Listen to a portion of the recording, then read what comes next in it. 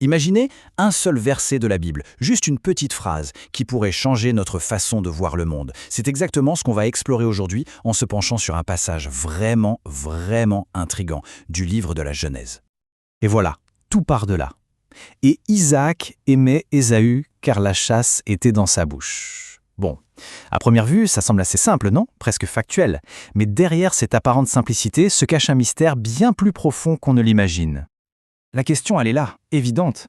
Mais pourquoi? Une question toute simple, mais qui a fait couler beaucoup d'encre et a occupé les esprits pendant des siècles. Aujourd'hui, on va tenter d'y voir plus clair.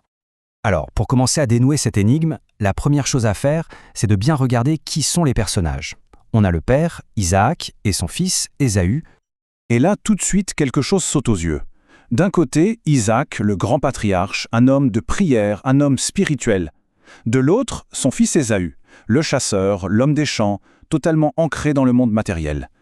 Alors, comment expliquer cet amour? Ça semble complètement illogique. Bon, la réponse la plus évidente, la plus superficielle, ce serait de se dire qu'Isaac était un fin gourmet, il aimait le goût du gibier, point final.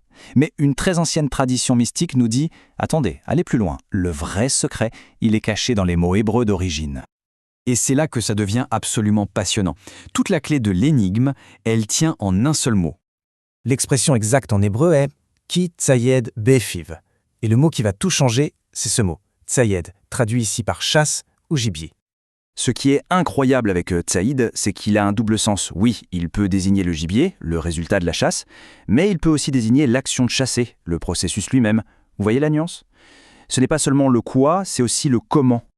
Alors, posons-nous la question. Et si Isaac n'aimait pas le gibier, mais bien l'acte de chasser? Ce simple changement de perspective, eh bien, ça change tout.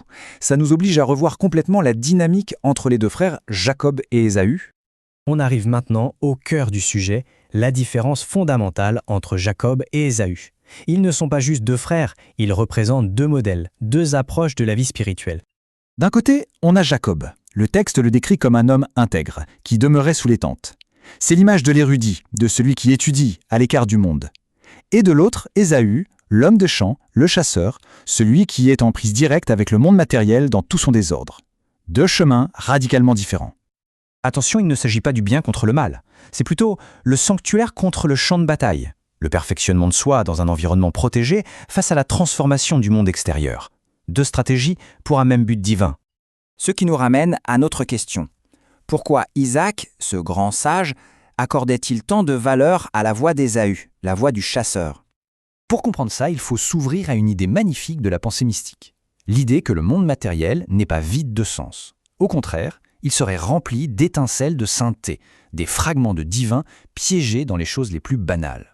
Notre tâche spirituelle serait de trouver ces étincelles et de les élever, de les libérer. Et là, la logique d'Isaac devient limpide. Le monde est un champ rempli de ces étincelles cachées. Le chasseur, Ésaü, est celui qui s'y aventure, qui s'y confronte pour les trouver. Isaac ne voit donc pas un simple chasseur, il voit quelqu'un qui accomplit une tâche spirituelle essentielle. Il valorise cet acte de rédemption. Son amour n'était donc pas pour la venaison dans son assiette, c'était pour les étincelles divines qui étaient libérées et élevées à travers l'acte même de la chasse. Très bien, c'est une très belle interprétation, mais concrètement, qu'est-ce que cette histoire ancienne peut bien nous dire aujourd'hui, dans nos vies? La leçon, elle est profonde. C'est que les deux chemins sont nécessaires.